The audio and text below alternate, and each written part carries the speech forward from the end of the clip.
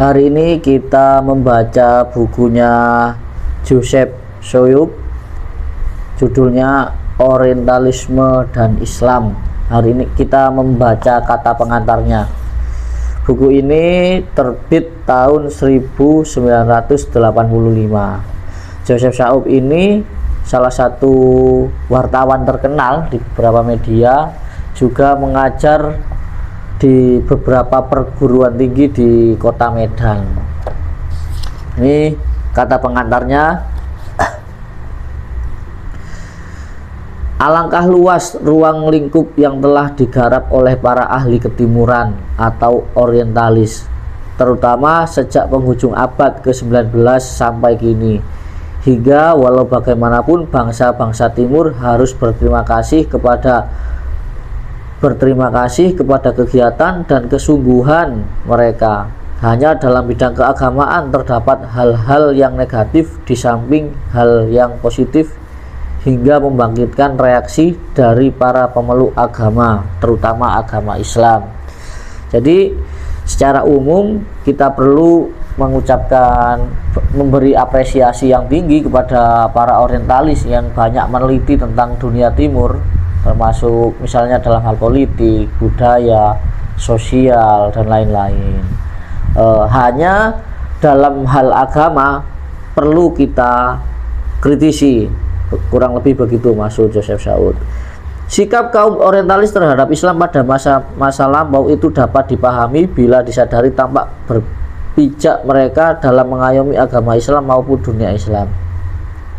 Pertama, kedudukannya sebagai sarjana Kristen. Kedua, kedudukannya sebagai sarjana ateis ataupun free thinkers. Anutan itu menimbulkan bias-bias yang disadari ataupun tidak terhadap hasil-hasil pandangan. Sebagaimana PU mengatakan, berbeda tempat pijak, berbeda yang tampak. Apalagi dunia Kristen dengan dunia Islam sejak abad ke-7 Masehi senantiasa berada dalam perbenturan, dalam permusuhan yang memuncak pada perang salib tahun 1096 sampai 1270.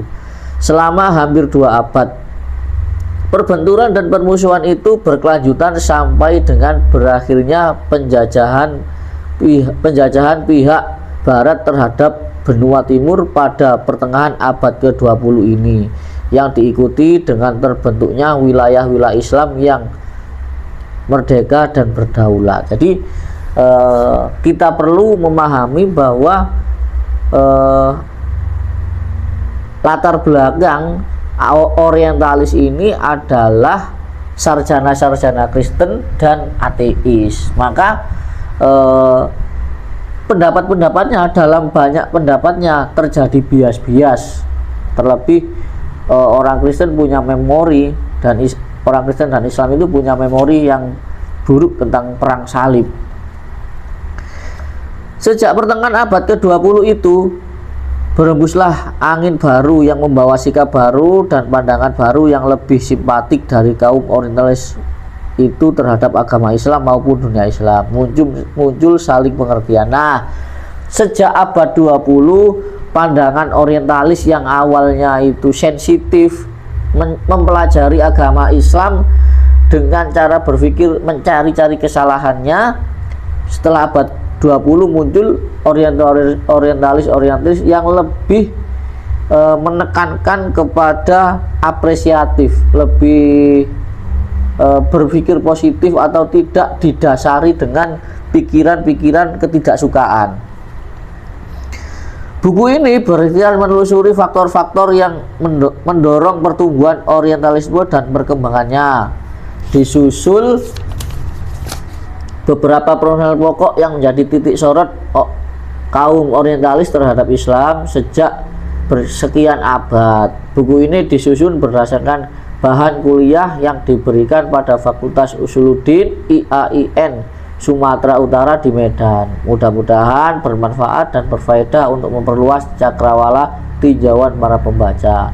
Medan, 17 Ramadan 1404 Hijriah atau 17 Juni 1984. Joseph Soyub.